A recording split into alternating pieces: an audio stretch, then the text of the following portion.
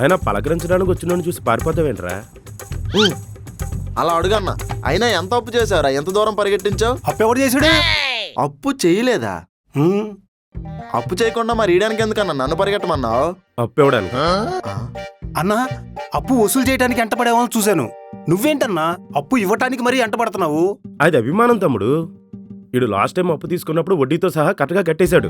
నీలాంటి కస్టమర్ మళ్ళీ అప్పు అడగకపోతే ఎలా చెప్పు? ఇప్పుడు నాకు అవసరం లేదన్నా. అవసరం ఉన్నప్పుడే అప్పు చేయాలని రూలేం లేదురా. ఈ భూమి మీద బతుకున్నంత కాలం ఎవడోడికి రుణపడిపోవాలి, లేకపోతే పైకి పోతామని అప్పు శాస్త్రంలో అప్పారావు గారు చెప్పారు. అయినా నీకు అవసరం ఉన్నప్పుడు నా దగ్గర డబ్బులు ఉండాలి కదా. అలాగని ఇప్పుడు తీసుకుని నన్ను ఏం చేసుకోమంటావన్నా? అకౌంట్లో వేసుకుని డైలీ బ్యాలెన్స్ చెక్ చేసుకో. నీ దగ్గర డబ్బులు ఉన్నాయనే ధైర్యం వస్తుంది. నీకు నెల నెలా వడ్డీ వస్తుంది. తెలివైనడువే. కస్టమర్ రిలేషన్షిప్లో భాగంగా నీకు రూపాయి వడ్డీ తక్కువగా ఇస్తానురా. సరే, ఒక 5,000 ఇవ్వన్నా.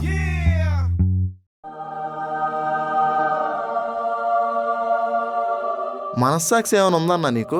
లేదురా, మనసులో అమ్ముకుట్టి అది చేసిన 10 లక్షల అప్పు మాత్రమే ఉంది. మరి ఇంక వేరే వాడికి చోట్లేదు. వెంటపడి మరీ అప్పు ఇచ్చేదేంటన్నా? బ్యాంకు వాళ్ళు ఫోన్ల మీద ఫోన్లు చేసి క్రెడిట్ కార్డులు అంటకట్టలేదా? ఇది కూడా అంతే. అవసరం లేనోడికి ఎందుకన్నా అప్పు ఇవ్వడం? జబ్బులు అవసరమైనోడు, డబ్బులు అవసరం లేనోడు ఈ ప్రపంచంలో ఎవడు ఉండడరా.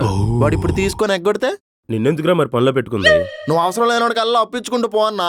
ఆడి దగ్గర వడ్డీ వసూలు చేయడానికి నా చెడ్డీలు జారిపోతున్నాయి. మొలతాడు లేదా?